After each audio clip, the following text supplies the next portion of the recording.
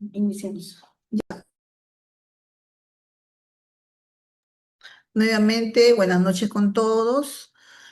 Soy la abogada Rosa Quispe Guzmán y es un gusto para ustedes empezar esta charla taller, donde les decía que la dinámica va a ser el hecho de trabajar los primeros 4 protocolos y ustedes van a participar, igual los 2 siguientes y el último. Así va a ser la participación para que veamos todos los casos, ¿ya? Entonces vamos a empezar.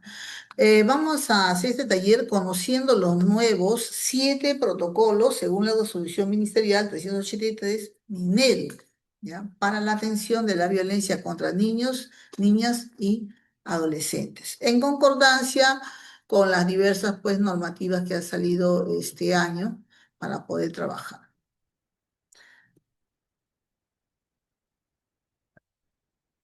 ¿Cuáles van a ser los objetivos de esta charla taller? En primero, reconocer los procedimientos de cada protocolo según la resolución 383/2025. Y el segundo objetivo es insertar los protocolos en el reglamento interno para mejorar la convivencia de cada institución educativa. Ya a través de TikTok y las redes sociales se están hablando que los protocolos, ¿cuántos son? Los protocolos actualmente son 7. Anteriormente teníamos, según la resolución ministerial 274/2020 Minedu, 5 protocolos. Pero con el tema de las estadísticas que ha habido, el tema del bullying, del ciberbullying, el tema de violencia y la cantidad de profesores que están depositados en las diversas UGELes y así como están denunciados indebidamente a nivel nacional, pues se ha visto que esta problemática podría solucionarse dándole un procedimiento especial y plazos de acuerdo a cada caso. Es por eso que ahora son 7 protocolos.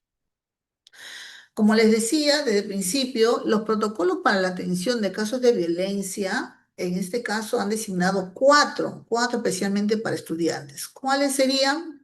Protocolo 1, violencia física y psicológica entre estudiantes. Protocolo 2, acoso entre estudiantes. Hablamos del bullying y del ciberbullying. El protocolo 3, violencia con el uso de armas entre estudiantes.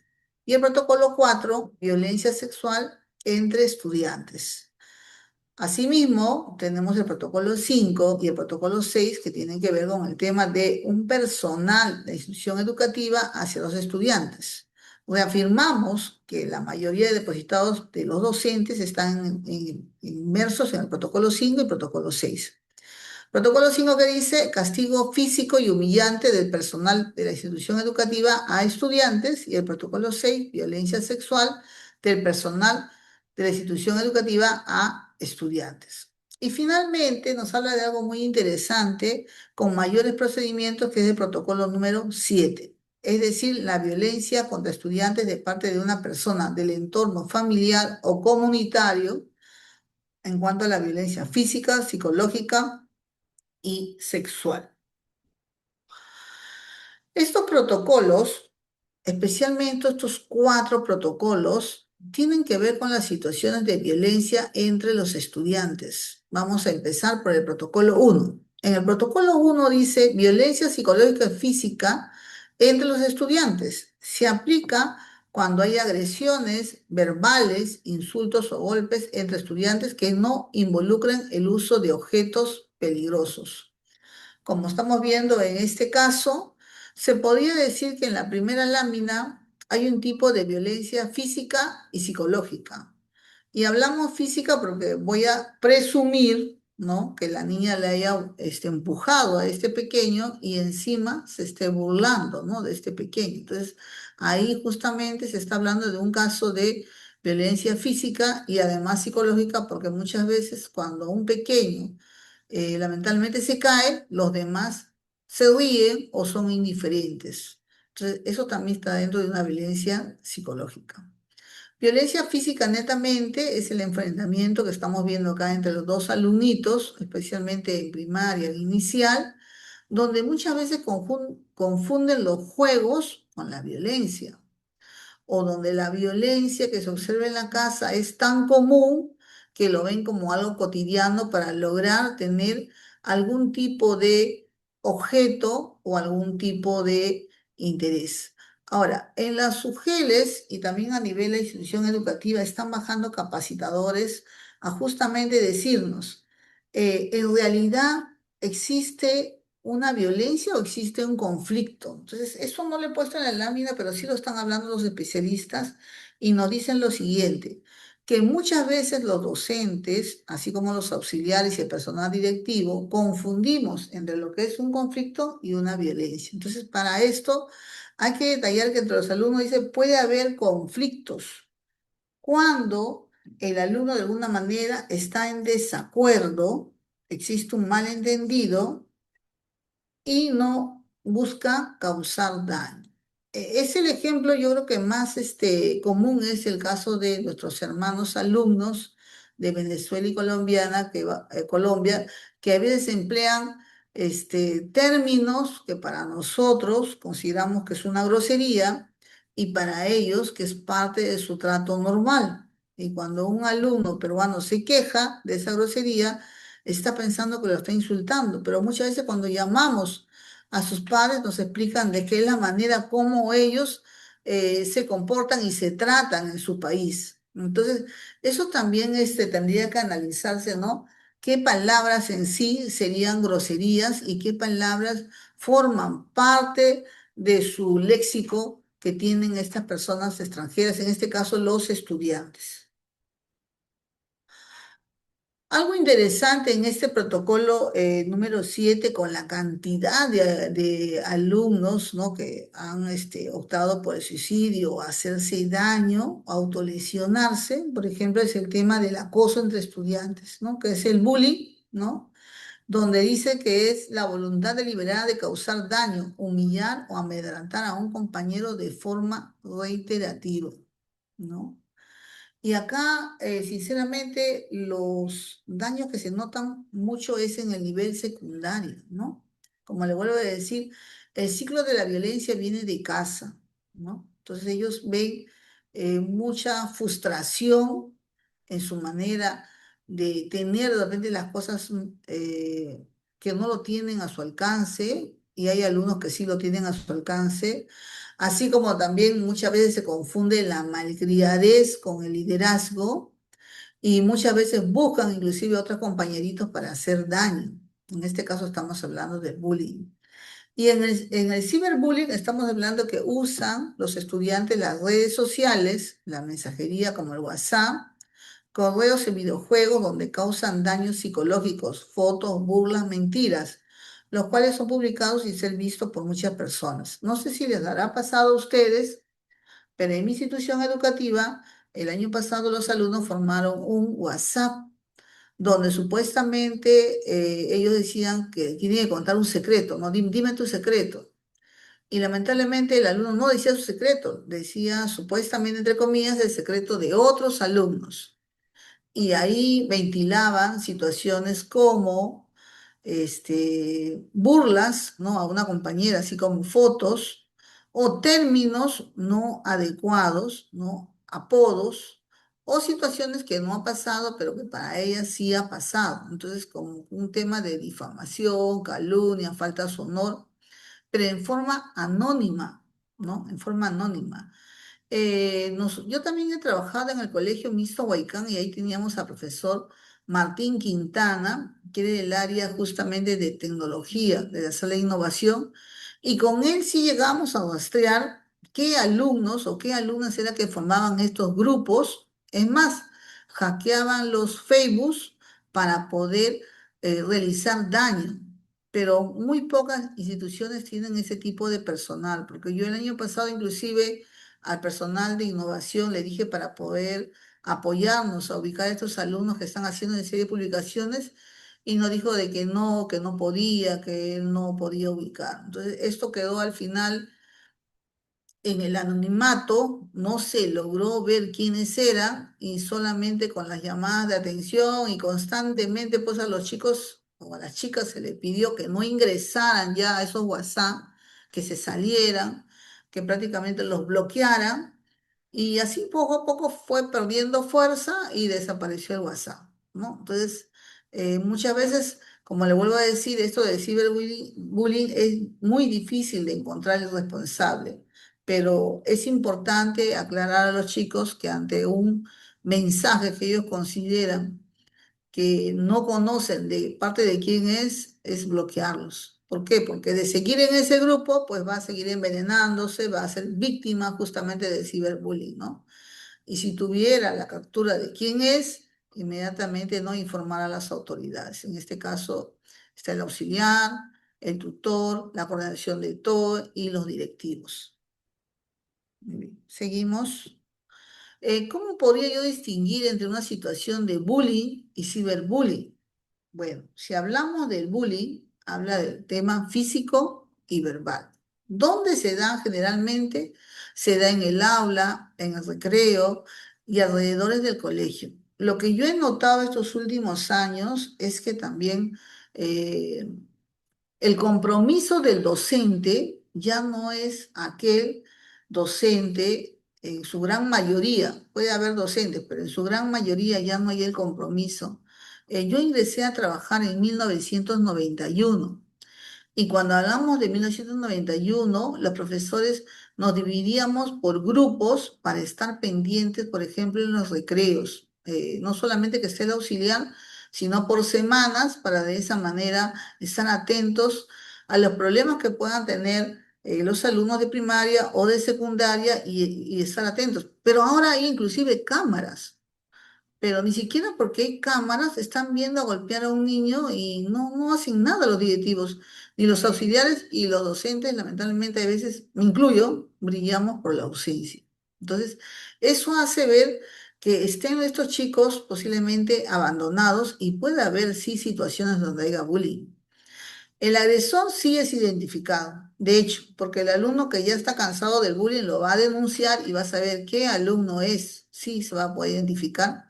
Y la evidencia, de hecho, son los testimonios. ¿Qué más testimonios ahora que hay cámaras en los colegios? Lo que nos faltaría sería el grupo de convivencia o un grupo de apoyo, como había en aquellos años, ¿no? Que había compromiso. ¿Qué podemos ver del ciberbullying? De hecho, el ciberbullying, como habíamos dicho, es digital. Se da por internet y dispositivos móviles. Con esta ley de prohibición del celular, es importante hacer saber a los padres de familia en los compromisos, ¿no?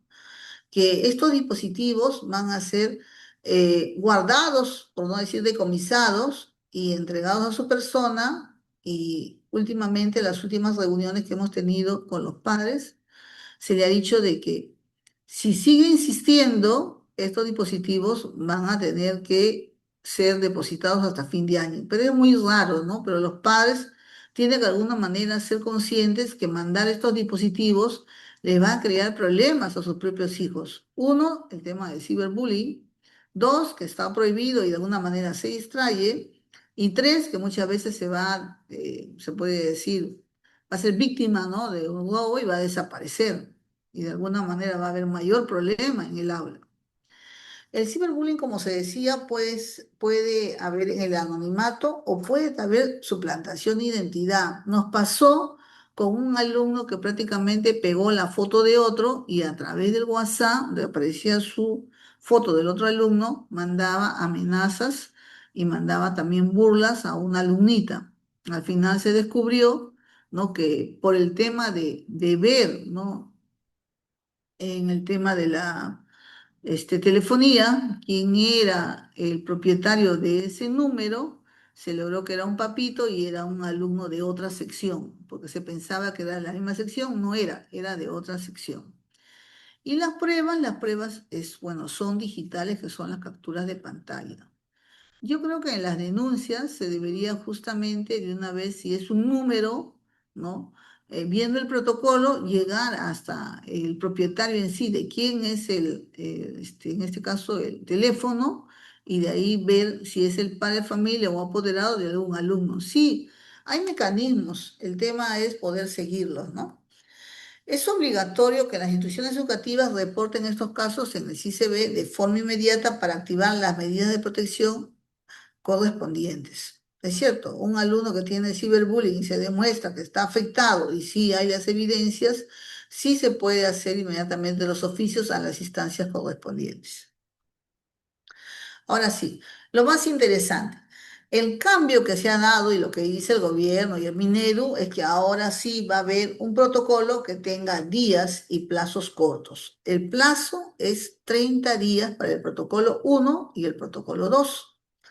¿Quién hace el reporte? Lo hace el auxiliar, lo puede hacer un alumno del aula, lo puede hacer el tutor, en este caso, o inclusive el padre de familia en asamblea puede hacer ese reporte.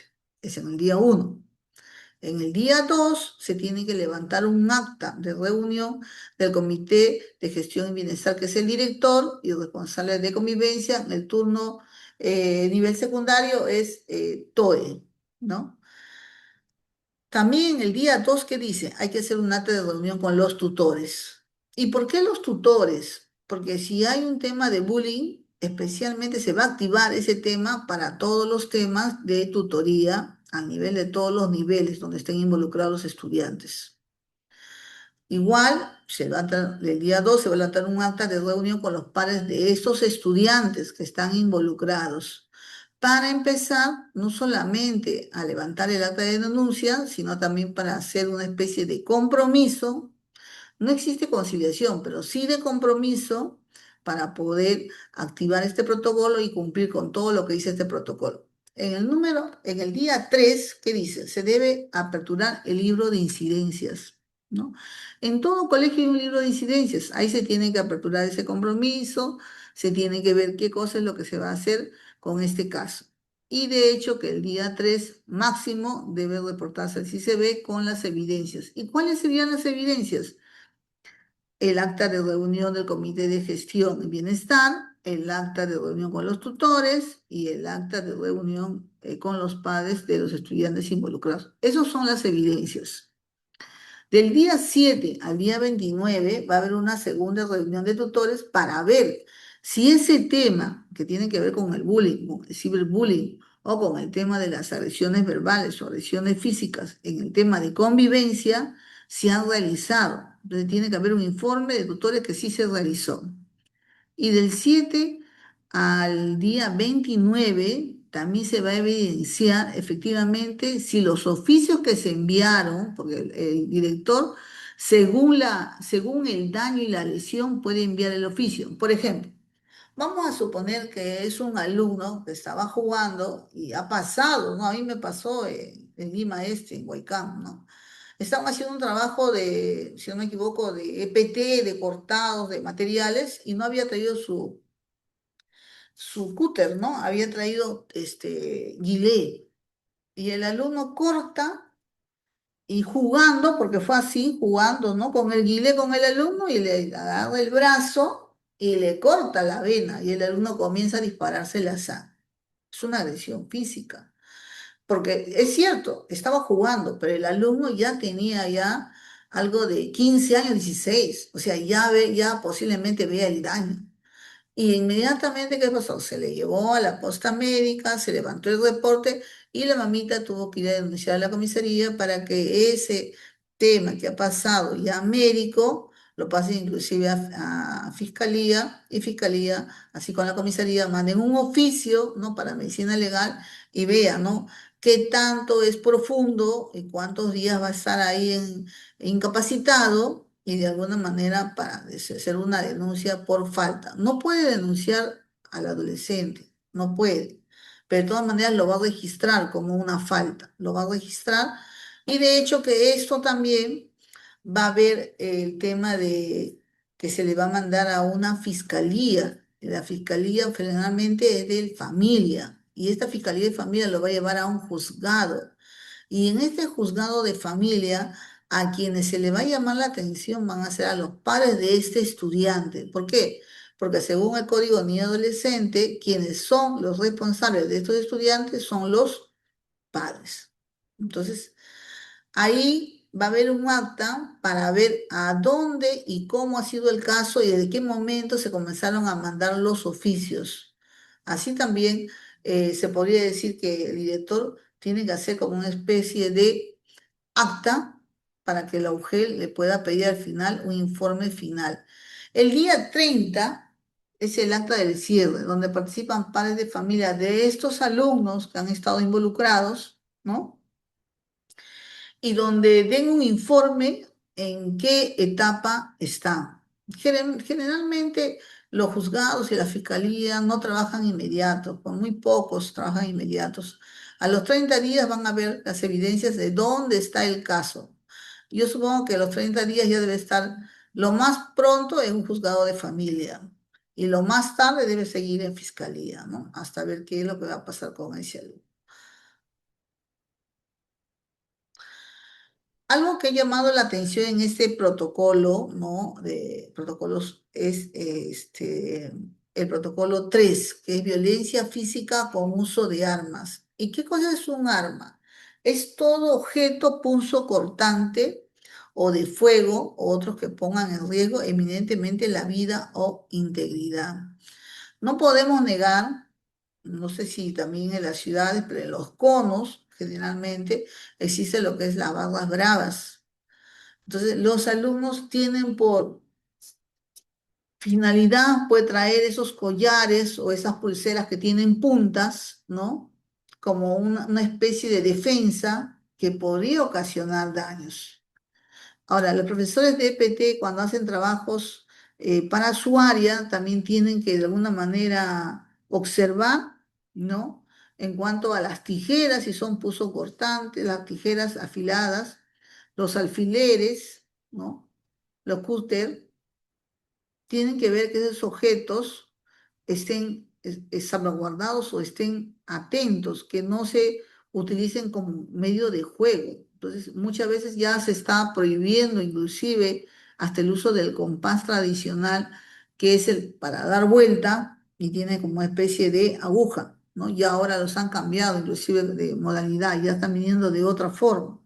Entonces, en nuestro país es poco, ¿no? La incidencia de alumnos que traigan armas de fuego. La mayoría que traen, pues, son cuchillos, ¿no? Como ellos dicen, navajas, ¿no? Entonces, ese tema inclusive está prohibido, pero sin embargo, los alumnos lo traen, algunos objetos que hay que tener cuidado, hay que estar atentos, ¿no? Yo llamo a la reflexión, por ejemplo, en esas áreas que trabajan con estos objetos, de tener un protocolo, ¿no? En qué momento lo van a utilizar y que no lo traigan como parte de útiles escolares, sino de repente como parte de un trabajo y en una fecha determinada. Eso es lo que yo recomendaría. Ahora, en este protocolo 3, como yo le decía, el primero que se mueve acá es un reporte, ¿no? Es un arma, ¿no? Si es un arma y ha ocasionado un daño, es un reporte. Y el reporte lo da muchas veces el auxiliar o el tutor o el padre de familia. Inmediatamente, si es un arma, tiene que llamar pues a la comisaría.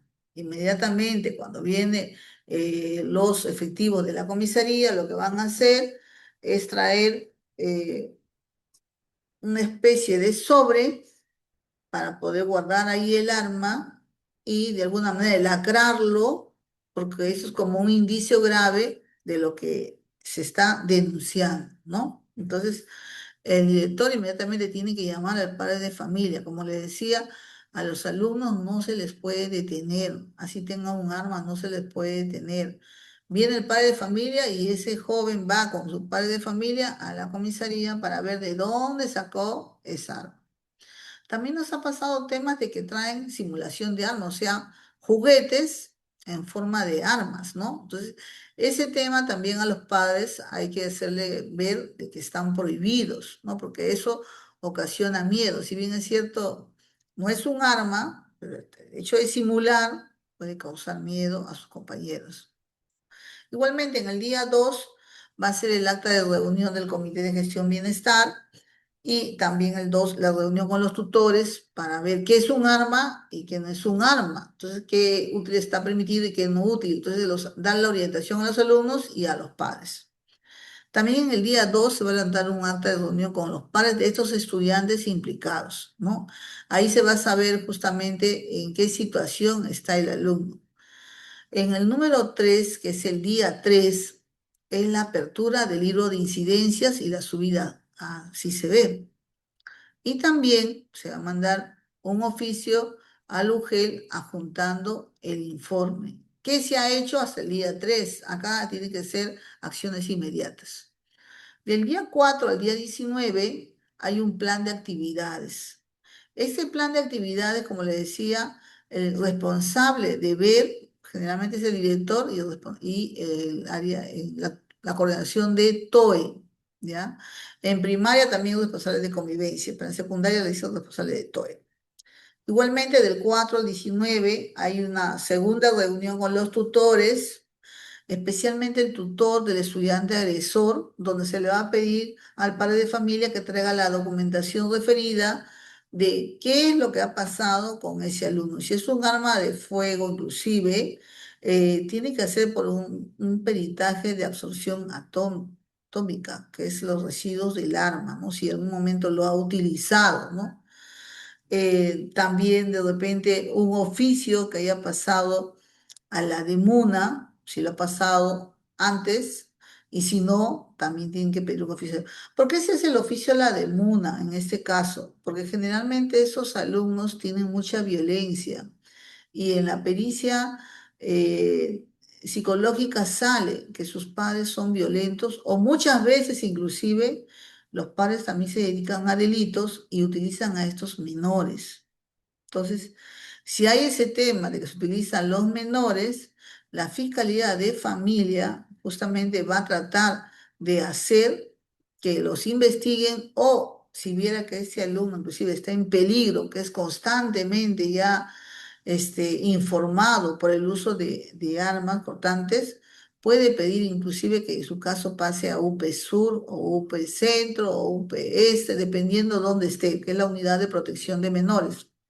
¿Para qué? Para que ahí se interne a ese estudiante y de alguna manera ahí pueda tener la ayuda socioemocional, la ayuda también de asistente social y también la orientación a sus padres de cómo deben de mejorar su convivencia, porque la violencia tiene un ciclo, ¿no? Si empieza a casa, lo trae al colegio. Entonces, es muy difícil pensar que un niño que no tiene violencia sea un alumno que hace violencia en el colegio. No, el ciclo es una cadena.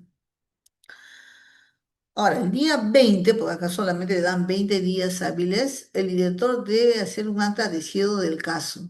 Ahí va a enumerar justamente todas las acciones que hicieron desde el día 1. Ahí tiene que tener su acta y eso tenerlo para poder informarlo también a la mujer cuando le diga el plazo se ha cumplido, ¿qué ha hecho usted? Tales, tales, tales cosas. Y hasta ahí también saber qué cosas los padres tienen. De ahí para adelante, en este protocolo, los responsables son los padres de los menores. Ya no es consecuente el colegio. Claro, puede hacer un seguimiento, pero ya el día 20 termina. En el protocolo número 4 entre estudiantes, ¿no? Donde se activa hasta cualquier presunto acto de connotación sexual entre estudiantes, prácticamente los alumnos, para mí parecer, no sé si para ustedes, colegas, con esto de las redes sociales, se está, como se dice, acostumbrando a ser morbosos. Por ejemplo, si bien es cierto, cuando son niños no son conscientes de los juegos, pero cuando son adolescentes sí. Entonces, se ha notado que entre alumnas, porque en este caso se ve un alumno a una alumna jalando de la falda, ¿no? Pero lo que yo he visto más es que las mismas alumnas, entre ellas, se jalan las faldas y se tocan la parte trasera. O sea, se hacen tocamientos, ¿no? Por encima, pues, ¿no? Entonces, si bien es cierto, están en una fase de experimentación, ¿no? En secundaria, pero ya están haciendo connotaciones y cuando una alumna se queja, ahí se activa este protocolo. Porque he visto que entre ellas le hemos llamado la atención y dicen, no, pero es un juego entre nosotras. Entonces, si las mamitas, el papito lo considera como un juego, ¿nosotros qué podemos denunciar? Ahí no podríamos nosotros insertar, salvo que la alumna se queje, ¿no? Sin embargo, en primaria es algo muy diferente. En primaria, por ejemplo, ya los profesores de primaria están enseñando con juegos. Por ejemplo, acá el semáforo de toques, ¿no? A través de colores, en este caso de la estrellita verde, ¿no? Señala qué zona le podría tocar. Se está orientando a los niños. En el caso de las bolitas amarillas, las estrellas, que hay que tener cuidado, y en el caso de las Las estrellitas rojas, son lugares que no se les puede tocar. Pero sin embargo, los niños jugando lo hacen. Lo que yo recomendaría también es que en las reuniones de padres de familia se le hable a los padres, ¿no? Que sus relaciones sexuales, porque es así, ¿no? Lo hagan en la intimidad y lejos de la presencia de sus niños o lejos de la presencia de sus hijos. Porque lamentablemente a veces el hacinamiento también que hay en los hogares hace que los niños observen, ¿no? Situaciones que no están para su edad entender y que ellos muchas veces lo toman como algo cotidiano y cuando uno le pregunta, le dice, no, pero mis padres también juegan así. Entonces, para ellos lo toman como un juego. Entonces, en ese caso hay que orientar bastante a los padres de familia en las charlas. Es importante hacer saber a los padres estos protocolos en las diversas actividades de escuela de padres para poder llegar a ellos, que ya estos protocolos se están activando y de alguna manera ellos también tienen que tener en cuenta estos conocimientos y poder orientar a sus hijos de manera adecuada. Muy bien. Como hemos hecho los cuatro protocolos, ahora sí vamos a dar pase, ¿no? A los profesores que quieren participar con algunos casos que hayan observado, porque es importante enriquecer, ¿no? Cómo podría funcionar el protocolo y ver también de qué manera pueden actuar. Le doy pase a ver qué profesor quiere hablar, puede levantar la manito para que se le dé el pase y pueda activar su cámara, ¿no? Micrófono. Y su micrófono. A ver, les escucho. O pueden hacer sus preguntas no, por el chat. También pueden hacer sus preguntas por el chat y ahí también podemos contestar, no hay ningún problema, ¿no? Ustedes saben que las charlas y los talleres se enriquecen cuando hay participación y es importante la participación para que ustedes puedan tener mayores casos de ejemplos, ¿no? De cómo poder activarlos. Les cuento que ahora ya en los reglamentos internos se ha visto por conveniente poner justamente las medidas preventivas y las medidas de alguna manera correctivas, ¿no? Y se le ha puesto inclusive cuando son faltas leves, faltas moderadas y faltas graves. Pero eso se debe a que se enriquece justamente los ejemplos, los casos. Ya. En el caso de ustedes, su colegio, ¿hay alguien que pueda preguntar? A ver, les A ver, el escucho. señor Renan nos pregunta, ¿qué hacer si veo estudiantes de secundaria que están abrazándose dentro de la institución? ¿Cuáles son los pasos? Ya, en primer lugar hay que ver qué tipo de abrazo es, porque a veces cuando yo les he encontrado y están abrazándose así de manera entre varones, somos amigos. ¿Yo qué le puedo decir? Son amigos, ¿no? Ahora, hay otros abrazos ya de cuerpo a cuerpo que son de enamorados, ¿no? Generalmente yo pienso que eso no es violencia sexual. Generalmente pienso que es una orientación. Lo que nosotros hemos hecho, y principalmente lo digo porque yo tengo secundaria, y estamos hablando de secundaria, le he mandado primero a retirar al joven y me he quedado con la señorita y he levantado mi cuaderno de incidencias y le he entrevistado no como un tema de acusación, sino como un tema de orientación, ¿no? He tomado sus datos y le he preguntado si es su enamorado, su amigo, ¿no? Y muchas veces me ha dicho que no es su enamorado, ¿no? Entonces le he indicado de que esas situaciones no se deben dar en el colegio, y ahí le hago firmar un compromiso con su huellita, ¿no? Que eso no se debe dar en las aulas. Si ella tiene un tema que sus padres le han autorizado para tener un enamorado, lo tendría que hacer fuera del colegio, ¿no? Después mando llamar a la mamita, si bien es cierto, no le digo de frente, su hija tiene enamorado, pero sí le entrevisto para ver qué tal confianza tiene su hija y en la conversación, muchas madres, le diré pues de cuántas, en el tiempo que me ha tocado más de 100, casi el 98% autorizan. Ya, ya no es la época que antes se prohíbe. La mayoría dice, no, sí, yo sé, mi hija es enamoradito. Yo le he dicho ya que en el aula no lo haga. O sea, sí autoriza. O sea, estamos en una situación donde realmente sí sucede, ¿no? Que los enamoraditos se encuentran abrazados dentro de las aulas o debajo de las escaleras o en los baños. ¿no?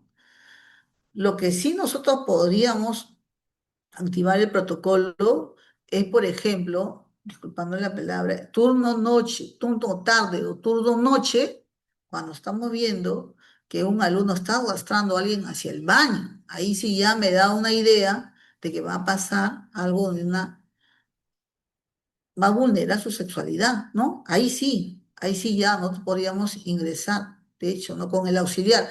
Siempre que van a hacer algo que ustedes consideran que se va a activar el protocolo, no vayan solos. Ubican a auxiliar, a otro docente, alguien que les sirva de testigo, porque muchas veces los papitos se van contra uno y va a decir, es que le tiene cólera, es que siempre le ha tenido así como una serie de discriminación. Es que la persona ha mentido. Entonces, si ves que hay un docente y aparte te das cuenta que hay una cámara, inmediatamente puedes pedir la cámara para hacer el seguimiento, ¿no? Nosotros hemos tenido alumnas, ¿no? No parejitas, alumnas persiguiendo alumnas. Y yo lo hago de conocimiento, inclusive que son temas ya inclusive personales, ¿no? De mis alumnas, y se le ha preguntado qué es lo que pasa cuando buscan otras alumnas, ¿no? Lo que muchas veces llaman el tema de que son lesbianas. Yo pienso que todavía no hay ese tema en el tema de la adolescencia, sino es un tema de experimentación. Y a ellas mismas se les ha entrevistado por separado y se les ha dicho que están en una época de crecimiento, ¿no? Y lamentablemente cuando se han llamado a los padres, con mucha pena lo digo, estos padres tienen diferentes compromisos. O sea, los padres de estos alumnos muchas veces están peor que los propios alumnos o alumnas. Hay otra pregunta, Sí, los casos que se suben al CICB, ¿qué tiempo tienen de duración? ya. Según los plazos, hay plazos de 30 días y hay plazos de 20 días. ¿Cuándo termina el caso? Cuando manda el informe final el director. Ahí termina el caso. Anteriormente era cuando terminaba el año, estaba sin plazo. Ahora ya le han puesto plazo ya. Por eso que tienen que actuar de manera rápida, urgente, el director. Tiene que actuar ya, porque ya se le va el tiempo ya. Doctora, buenas noches. Hay tres integrantes del comité TOECE: inclusión, convivencia y tutoría. ¿Cuál es la función de cada uno? ¿El de inclusión puede subir el CICB los casos según los protocolos? Ya. El tema es el siguiente. Hasta lo que yo he visto en los colegios de secundaria especialmente, he visto que la que sube al CICB es el coordinador de TOE, el coordinador de tutoría. Él es el que sube, con la orden del director, ¿ah? Porque si el director no autoriza, no se sube nada, ¿no? Ha habido casos inclusive de que supuestamente, entre comillas, se ha denunciado y el director dijo, no, no me tiene problema, no lo voy a hacer y no suben. Ahí se queda como una incidencia nomás. Ya, siguiente pregunta. Buenas noches. Por favor, ¿cuál sería la diferencia entre conflicto y violencia para poder diferenciar? Porque muchas veces los chicos dicen, no, solo es un malentendido o es un juego. Claro, cuando ya los alumnos los encuentras gritándose, ¿no? Inclusive Agredidos. forcejeando, ¿no? Supuestamente para nosotros podría ser el tema de una violencia física, pero cuando tú los entrevistas por separado, porque no se puede entrevistar a todos a la vez, por separado, te vas a dar cuenta que ha habido un desacuerdo. Generalmente los alumnos, hasta lo que yo he notado es, ya, tenían que exponer y no presenté el trabajo y comienza a decir una santa de groserías al otro y el otro se pone a llorar, ¿no? Y entonces, profesora, profesora, mire, le está lastimando. Y yo luego entrevisto y dice, ¿qué ha pasado? Que no hubo un malentendido, él no entendió que iba a traer material, hubo un desacuerdo, no, no quería hacerle daño, ¿no? Él dice, bueno, amigo, discúlpame, yo no quería hacerte daño, ¿no? Lo hizo llorar y sentir mal, pero no, ese es un conflicto, o sea, no quería. Pero el tema de violencia sí quiere hacer daño. El alumno inclusive lo espera, hace grupo, sabe que en la esquina va a estar solo y ahí lo va a agraviar, lo va a golpear, le va a meter. Intención. Hay una intención de hacer daño. Y lo que dijo el especialista esta semana que ha estado capacitando en los colegios es de que tiene que ser continuo. O sea, porque una vez dice, no es violencia. Bueno, salvo que haya un daño físico inmediato como el tema de útero, el tema de que le haya llevado hasta el hospital, ¿no? Ahí sí hay. Inclusive, hay alumnos que juegan, el año pasado nos pasó, y se cayeron de la escalera los dos, uno con el brazo, otro con la pierna, y los padres querían denunciar al colegio. Pero ellos están jugando en la escalera, querían denunciar al auxiliar. Y cuando los chicos se les está diciendo, sí, el auxiliar nos dijo que no jugáramos, pero nosotros estábamos jugando y nos desviamos y nos caímos. Y ya, entonces se les demostró a los padres que el tema ahí no ha habido violencia de parte de ningún personal, tampoco entre ellos, sino ha sido un accidente. Eso también hay que diferenciar. ¿Es un accidente? ¿Es un tema de violencia familiar, violencia escolar, diré, o es un conflicto? Hay que diferenciar esos tres aspectos. Sabemos que un miembro del CONEI participa en comité de bienestar. ¿En qué caso se le tiene que dar a conocer o sería en todos los casos que tiene que participar? Mira, el profesor de CONEI es el que tiene que velar generalmente. Mira, si son de docentes, por el tema de los docentes. Pero en el CONEI también ahora hay un integrante que es el integrante del municipio escolar, que es el alumno. ¿Ya? Entonces, este alumno, generalmente yo veo que nunca se le llama.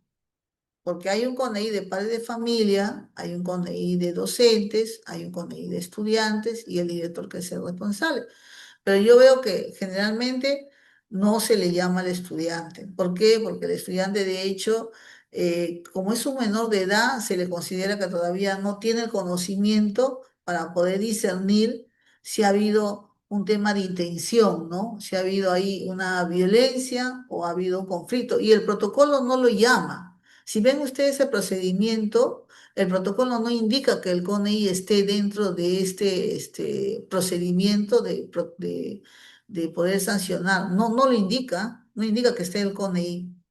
Buenas tardes, doctora. Si un estudiante vuelve a incidir en su violencia y el caso ya se cerró a los 30 días, ¿se le vuelve a activar el protocolo o continúa con el caso anterior? No, cada incidencia es un protocolo diferente. Cada incidencia es un protocolo diferente, por eso que tienen un plazo. Ya. Doctora, ¿los casos denunciados solo pueden ser los ocurridos en el año lectivo o se puede denunciar una violencia física que ocurrió en el año 2024 a un niño de 5 años por parte de la misma directora y dos auxiliares?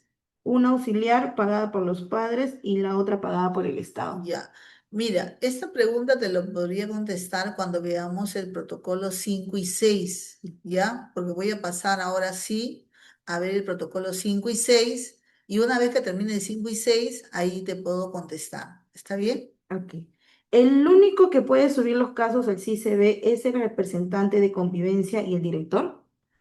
El director da la orden. El que siempre sube es representante de convivencia o en el caso secundario el TOE, es el que sube. Listo. Continuemos con... Ya, entonces continuamos, ya para ver el protocolo número 4, ¿no? Que estamos acá. Estamos en 5, ya pasamos, Estamos ¿no? en el 5, el 5, disculpa. Ya, vamos al protocolo número 5. Ya, esto de acá es importante. En el protocolo número 5 habla sobre el castigo físico y humillante del personal de las instituciones educativas a los estudiantes. No solamente habla del profesor, habla de los directivos, acá justamente para contestarle, habla también del auxiliar y también personal administrativo que puede ser personal de limpieza, secretaría, etcétera, etcétera. ¿Qué se considera que es el castigo físico? El castigo físico en algunos casos se considera como un delito, ¿ya? Y el trato humillante es el que afecta la dignidad y el aprendizaje del estudiante. ¿Qué cosa es un trato humillante? Es la ridiculación y burla pública. Por ejemplo, el uso de apodos denigrantes o etiquetas negativas frente a la clase. Muchas veces los docentes, y yo le decía justamente a un grupo que hemos ya hecho un taller anterior, tenemos la mala costumbre a veces al alumno que es un poquito gruesito, le decimos gordito, pero el alumno no le gusta que le digan gordito, ¿no? El alumno llora, ¿no? Me dicen gordito, me dicen, y su compañero con eso ya, si el profesor dice gordito, le dicen bolita. Entonces ya, ese tema de que nosotros supuestamente, dice, demos un término y que los niños continúen y les sirva como un apodo, algo, un adjetivo que ellos consideran que les está haciendo daño a ese niño psicológicamente, es como si fuera una burla y dentro de lo que es un trato humillante. Tiene que ver también con el tema de exponer los errores académicos del alumno en forma sarcástica. Especialmente más pasa, creo que en primaria y en secundaria, por la poca paciencia que tenemos los docentes, ¿no? A veces pensamos que todos tienen las mismas habilidades, ¿no? Y el alumno, por ejemplo, que va a exponer, habla tan despacito, y me ha pasado, yo también asumo error, ¿no? Cuando uno le dice, ay, hijo, pero hablas tan fuerte y todo el mundo se ríe. Esa es una burla, ¿no? Porque el alumno habla despacito y tú dices, habla tan fuerte y todo el mundo se ríe. Entonces, es una burla. Eso está considerado como trato humillante, por si acaso. Y casi siempre nos pasa a los docentes, ¿no? El tema de que el alumno, de alguna manera, vino uniformado con diferentes colores, ¿no?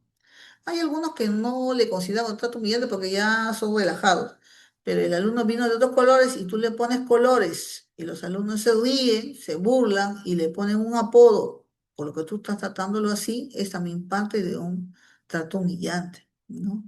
O la clásica, ¿no? La clásica más creo que en secundaria, ¿no? El hecho de levantar la voz de tal manera, ¿no? Que ellos se sientan intimidados, ¿no? Y nos pasa a veces, ¿no? La subdirectora dice en las aulas más inquietas, dice, hay que hacer que los alumnos nos llamen la atención con un aplauso. Yo me río porque los alumnos son tan inquietos que con un aplauso se van a reír de mí. Y eso es lo que yo pienso, ¿no? Entonces, lo que nosotros siempre hacemos, y yo también lo hago, subo y elevo la voz. Pero cuando elevo la voz, tengo que tratar también de explicarles, chicos, estoy elevando la voz para que me escuche hasta el último, ¿no? No como una especie de gritar, sino una especie de explicar.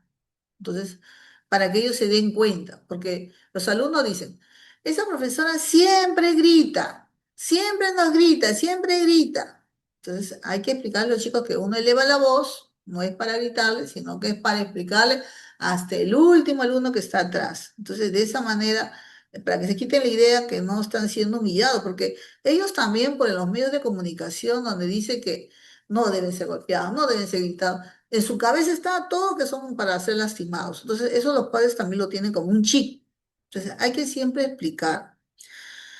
Y la otra clásica es que si no me traes, te voy a jalar, te voy a desaprobar. Eso sí está prohibido, ¿no? Porque eso sí baja su autoestima, eso sí lo humilla. Y especialmente aquellos alumnos que tienen graves problemas, ¿no? Por ejemplo, el año pasado se conversó con varios alumnos, ¿no? Y tenían problemas, pero el tema es que los padres no los llevan a terapia, ¿no? Yo decía, pero yo sí quiero aprender, pero no me entra. Entonces, ¿qué es lo que último se ha logrado con ellos? Es que dibujen y lo demás, la mamita y papito se lo ponen al día, pero el tema no es eso, el tema es que necesitan un diagnóstico, necesitan terapia, pero los padres no entienden. Entonces, a veces cuando uno no observa bien a los alumnos, no se toma el trabajo de ver las fichas, porque es así, ¿no? Las fichas que da el profesor o el coordinador de tutoría de TOE debe tener clasificado ya a los alumnos que tengan problemas de disciplina o alumnos que necesitan terapia o alumnos inclusive que están inmersos en procesos judiciales, ¿no? Tenemos dentro de los colegios alumnos que ya han sido ya víctimas, ¿no? de agresión sexual o que padecen violencia familiar o que están en estado de abandono, ¿no? Inclusive hay un alumno que me dijo, mis padres son fumones, eso es lo que lo dijo, ¿no? Entonces él está en estado de abandono. Entonces, ¿yo cómo puedo llegar a mi casa a hacer mi tarea si ellos se agreden, se insultan, fuman? Yo tengo que estar en la calle, es por eso que no presento nada. Entonces, es un alumno en abandono que nos está reclamando que nosotros activemos el protocolo número 7, pero como no había todavía los plazos, los directores cuando se les ha informado simplemente decían, no, yo no quiero problemas, por lo tanto no voy a informar. y ahí quedó, en el tintero. Esos alumnos, ¿cómo vendrán este año, después de todo el problema que han tenido? Y queremos todavía tener primeros puestos. Yo creo que hay que hacer una reflexión grande acerca de nuestra labor.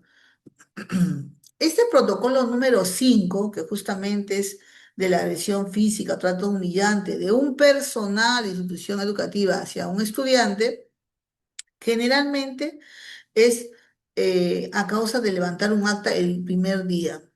Para eso, el auxiliar llama a los padres de familia, ¿no? Que generalmente es el auxiliar que ve el hecho del profesor y es el que llama a los padres de familia. O es el alumno que se queja ante el auxiliar o ante el tutor y el tutor pide que intervenga el TOE, intervenga el director y se haga un acta con la presencia del padre de familia para que se pueda decir qué personal es.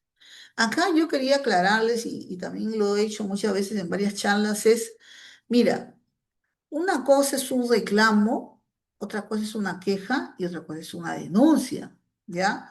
Por ejemplo, hay situaciones que es un reclamo. El alumno viene y dice, el profesor me humilla. ¿Por qué me humilla? Porque me pone al último. O sea, está reclamando la ubicación. Entonces, hay que decir al papito, ¿usted se está quejando de discriminación o usted está reclamando que su hijo esté en mejor lugar? No, mis, yo quiero que esté en mejor lugar. O sea, hacerle entender. Eso de ubicación es un reclamo. No, no es un tema de discriminación, porque los padres no entienden. Entonces, es su reclamo. Vamos a hablar, se levanta una disidencia, es su reclamo. Eso no es una denuncia, ¿ya? Ahora, podría ser el tema de queja, ¿no? Presentó su documento de inasistencia, que estuvo en el hospital el alumno y estuvo con permisos y el profesor no le puso sus notas, ¿no? Y el profesor va y denuncia trato humillante porque le ha puesto la jalado, que esto, que lo otro. Eso es una queja, eso no es una denuncia. Entonces, yo creo que los directivos, especialmente la organización de TOE y también los profesores, tenemos que diferenciar entre lo que es un reclamo, una queja y una denuncia. Una denuncia en sí inclusive tendría que ser un acto violento, ¿no? De un profesor en forma también reiterativa, así como del alumno, ¿no? Para que haya equidad, reiterativa. Es decir, ya se habló con la profesora, como le decía, por ejemplo, el tema de la voz, el tema de la amenaza, el tema inclusive muchas veces de ponerlos parados en una esquina mucho tiempo. Ya se le habló y el alumno presenta su queja con su padre de familia, ahí sería una denuncia, a mi parecer. Ahí sería una denuncia, ¿no? Y en el día 2 que dice, se debe levantar un acta de reunión con el Comité de Gestión de Bienestar y ese mismo día 2 se debe hacer una primera reunión con el padre de familia de estos estudiantes, que se apertura justamente un cuaderno de incidencias que en el día 3 si es grave, porque a veces es grave, especialmente en primaria nos pasó, ¿no? Una profesora, lamentablemente el niño estaba mal del oído, lo cogió y le rasgó el oído. Ya, eso es grave, grave, gravísimo. Con un oficio de derivación a la UGEL para que el profesor esté depositado ahí hasta que se investigue. Ese es grave, es una lesión, ¿no? El día 3 se apertura el libro de incidencias, ¿no? Con las evidencias anteriores y se reporta al CICB con las evidencias. Mira, si fuera un tema físico, el padre de familia puede ir a la comisaría, puede hacer la denuncia y puede pedir un oficio de médico legista o un oficio para una perilla psicológica y al ver esa prueba contundente, inmediatamente tu oficio para que seas depositado en el agujero. Eso sí hay que tener mucho cuidado. Del día 4 al día 29 hay un acta de reunión de tutores para ver el tema de la prevención, porque ya nos ha pasado ese tema, para que todos reflexionen y podamos nosotros rectificar o reflexionar de qué manera podemos actuar todos. Del día 4 al día 29 hay un acta de segunda reunión con los padres de familia, en este caso del agraviado, del alumno agraviado estamos hablando. Y ahí nos va a traer los oficios, las denuncias, a dónde ha ido el informe, y con eso el director va a cerrar con un acta donde participan esos padres y firman. Y esto tiene 30 días de plazos para poder trabajarlo. Cuando hablamos de 30 días, no hablamos de 30 días calendario, son 30 días hábiles que muchas veces son 38 días Y si fuera feriados, inclusive podría ser 40, ¿no? Dependiendo de los feriados. En el protocolo 6 es el que tiene la mayor cantidad de denuncias y se activan, por ejemplo, cuando un personal de la institución educativa, ¿no? hace tocamientos, actos de connotación sexual o actos libidinosos y acoso sexual. En este caso hay que diferenciar qué son tocamientos.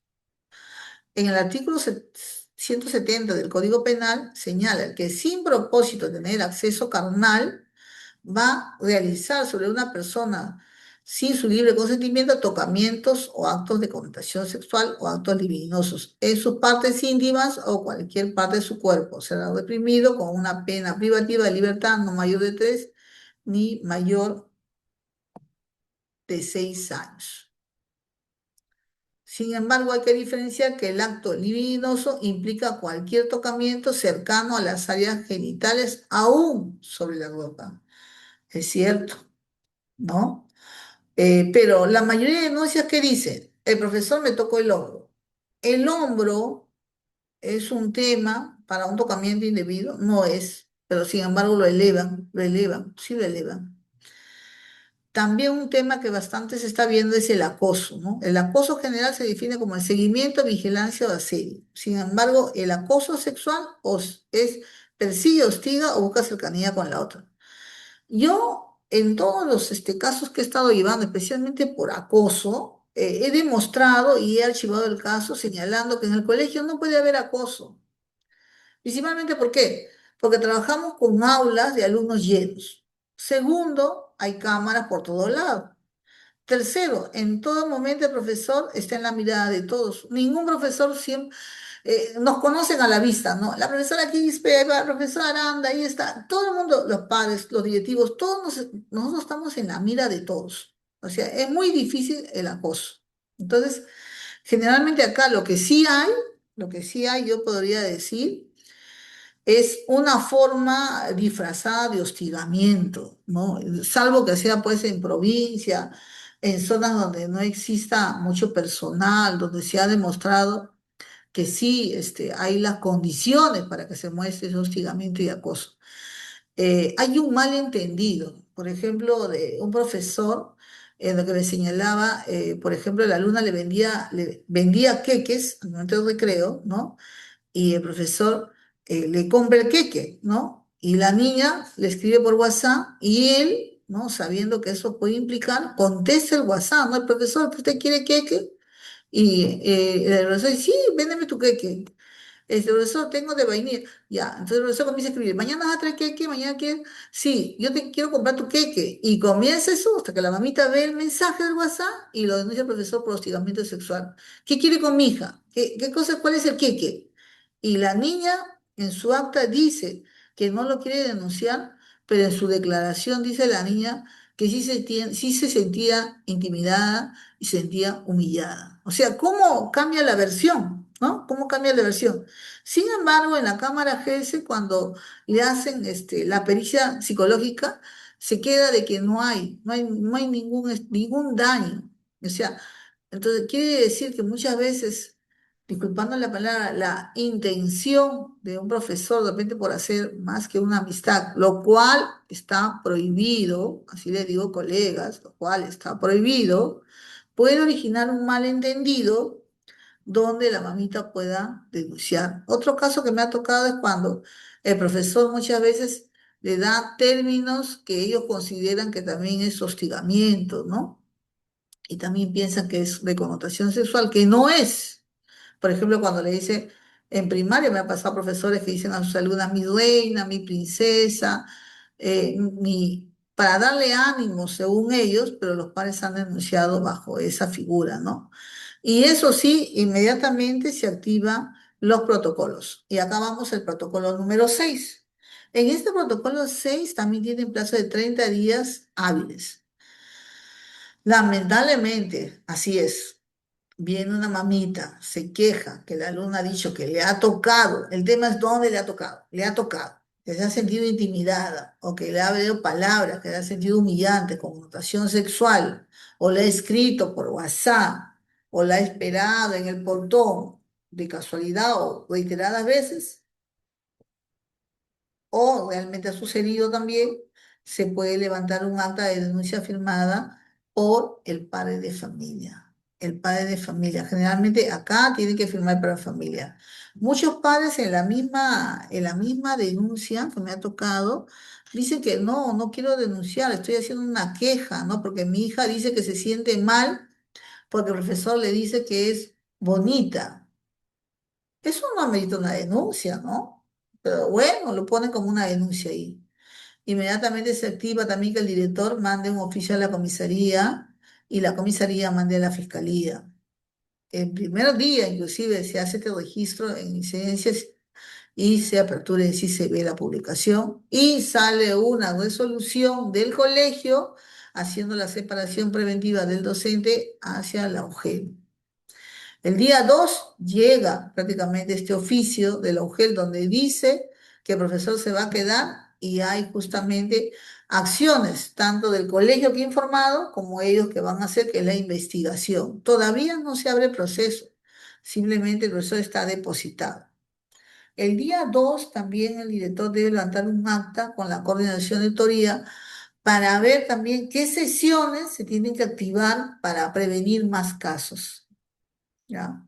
El día 3 el estudiante se le elabora una ficha, se le llaman los padres y con este oficio también se le manda a la DEMUNA o al C, porque el C tiene abogados de oficio para que lleven su caso ante la fiscalía, ante el juzgado de familia y a otras entidades de repente donde ellos puedan investigar su caso que generalmente es la Fiscalía Penal, ¿no? De familia, mayormente cuando hay un tema de castigo, pero cuando es un delito como que es connotación sexual, es la Fiscalía Penal. Bien, del 4 al día 29 hay el informe del tutor. ¿Y qué debe decir ese informe? Si el alumno está viniendo, la mamita, si la mamita se ha seguido quejando que no solamente es ese profesor, sino hay otro personal, ¿no? Y detallar pues que el alumno siga con sus clases de manera normal. Por eso que el informe del tutor es muy importante para también saber si está llevando sus terapias psicológicas, para ver realmente hasta dónde ha llegado el agravio. Y finalmente, como dice 30 días, el día 30 el director tiene que hacer un acta de cierre. En esta acta de cierre participan los padres presuntamente de la alumna o alumno agraviado. Ahora les voy a dar el pase para que puedan hacer sus preguntas. No sé si quieren hacer preguntas directamente, lo quieren hacer por mensaje. Sería interesante contestar sus preguntas. Voy a activar, creo que no se puede, no puede hablar. Voy a tratar de activarlo bien.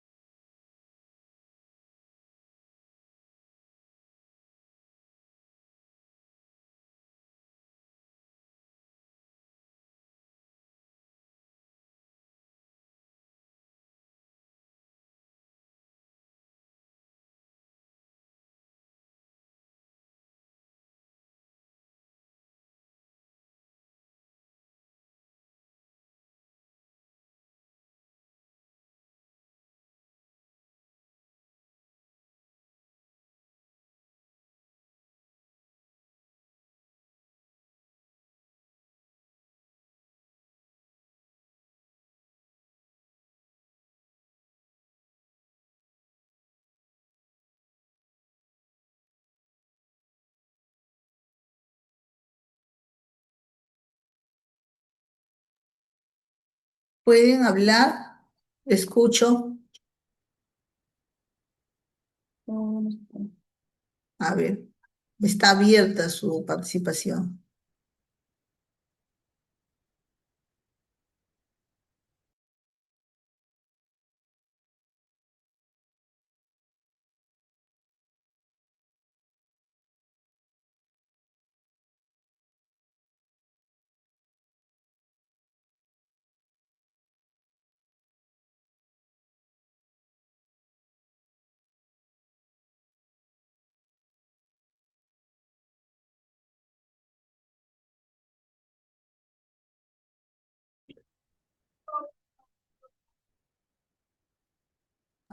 ¿Alguna pregunta? Doctorita, buenas noches. Sí, una Buenas pregunta. noches. Sí, dígame. Había un caso de mi colegio en la Ya, cual, como usted manifestaba, era un docente, mediante el chat se empezó a hacer que se me esté, hacía algunas insinuaciones a un estudiante. Entonces, en esa situación, el, el docente seguía realizando eso hasta que su papá del estudiante encontró eso y inmediatamente lo puso a denuncia ante la UGEL y el docente lo han tenido que hacer una separación inmediata. así es. Eh, ¿Ese es el procedimiento que se sigue, doctorita, o ha tenido que hacer Sí, otro procedimiento?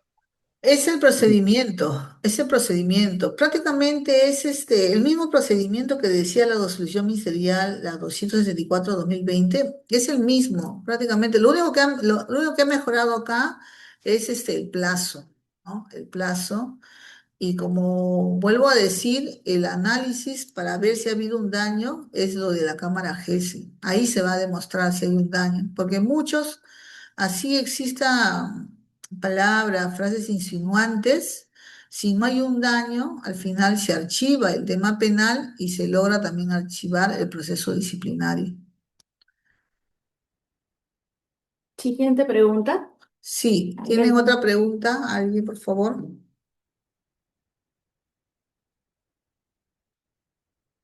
Si no tienen preguntas, yo les recomendaría, es difícil realmente para nosotros como docentes el hecho de ser empáticos con los alumnos al momento de mostrar ciertas actitudes, especialmente ahora que va empezando nuevamente las clases sobre el recibimiento y tratar de alguna manera de ver la manera de cómo hacerles entender que tiene que haber alguna distancia, ¿no?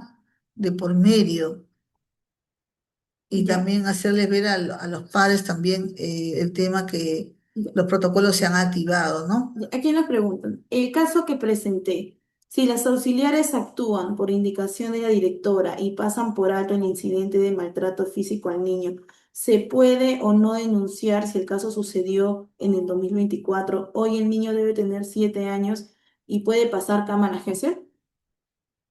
Ya. El tema es el siguiente. Si pasó en el 2024, la que puede hacer la denuncia es la mamita del niño. Ella se puede acercar a la comisaría en cualquier momento y decir que ha tenido su hijo maltrato. Pero ¿cuál es el problema? Que en el tema de maltrato físico y para cualquier caso de lesión, así de manera general, tiene que ser inmediato. O sea, es decir, hoy día alguien me pegó, entonces mañana yo voy a la comisaría más tardar, me dan mi oficio de medicina legal y ahí arroja la lesión. Entonces, si el niño fue maltratado físicamente y no se pudo acreditar en ese momento, no hubo oficio, la mamita no denunció en la comisaría, entonces se perdió la lesión. ¿Qué podría denunciar? No tiene la evidencia que necesitemos. Siguiente pregunta, si mi estudiante de tutoría me dice que tal docente le gritó y le dijo burro, ¿qué procede? ¿Qué es lo primero que debo realizar? Ya. En ese caso, por ejemplo, no solamente es el trato de ponerle un adjetivo, sino también los alumnos se quejan de decir que el docente ha dicho no sirve para nada, ¿no? Otras cosas mucho más feas. Pero el tema es lo siguiente. ¿Se puede creer 100% a los alumnos? Porque especialmente primaria y secundaria, a veces el profesor dice algo y ellos entienden otra cosa. Por eso es importante el docente, el tutor, acercarse a conversar con el docente y después conversar con los alumnos, ¿no? Y si es reiterativo, pues tendría que citar a los padres de familia, porque son ellos los que van a levantar el acta, ¿no? Generalmente nosotros somos como testigos secundarios, ¿no? Nos dice el alumno, pero ¿será cierto lo que dice el alumno? Hay que también poner un poco en duda, porque el año pasado, por ejemplo, una alumnita venía con que el profesor constantemente le jalaba la oreja, ¿no? Y se hizo monitorear, se le puso una cámara al profesor y no sucedía, no sé si el profesor sabía o no sabía, pero No sucedía. Lo que sucedía era que la alumnita más bien buscaba al profesor, se le acercaba y es la alumna que molestaba al profesor y el profesor, ya, ya, vete. Y en ese vete, como que parecía que le tocaba la oreja. Vete porque era más chiquita, pues, ¿no? Entonces ahí hay una confusión también, hay que tener en Y cuenta en eso. caso sea cierto que se use esa terminología, ¿cuáles serían los pasos a proceder como tutor? Bueno, como tutor, de hecho que estamos en la obligación de hacer nuestro informe a TOE, que es la responsable de coordinación, y ella es la que llama justamente a la madre de familia para levantar el acta juntamente con la presencia del profesor. Sí, sí se puede activar, pero como le digo, no directamente el tutor, sino que el tutor haga su informe a tutoría y tutoría cite a la madre de familia y al profesor y tome el acta de la niña, qué cosa es lo que dice, ¿no? A ver, un caso. Un docente envió a trabajar solo a un estudiante porque en varias oportunidades no traía materiales de trabajo. Le dio materiales para que trabaje solo porque compañeros del grupo lo aíslan, no aportan para el desarrollo del tema. Los padres subieron una denuncia al CICB por discriminación. Después de conocer la denuncia, Todo bien, TOE ha pedido un informe sobre el tema y luego nadie lo ha vuelto a llamar. ¿Qué tiempo se debe esperar para saber la conclusión del caso? ya. La directiva ahora está diciendo que es 30 días, ¿no? Que es 30 días, pero el tema es, ¿realmente ha habido discriminación? Yo pienso que muchas veces hay alumnos que tienen ciertas discapacidades o habilidades especiales, como le quieren llamar, y los padres no presentan un diagnóstico. Entonces, si el docente muchas veces no se da cuenta y el padre también lo tiene abandonado, más bien lo que yo sugeriría es activar el protocolo número 7, ¿no? Yo me doy cuenta que el alumno se aísla, está depresivo, no quiere participar, porque hay alumnos que son así, ¿no? O no quieren hablar, ese alumno hay un problema. Entonces yo tengo que hacer ya de una vez la entrevista con el padre de familia para ver qué le está pasando y la entrevista con el estudiante.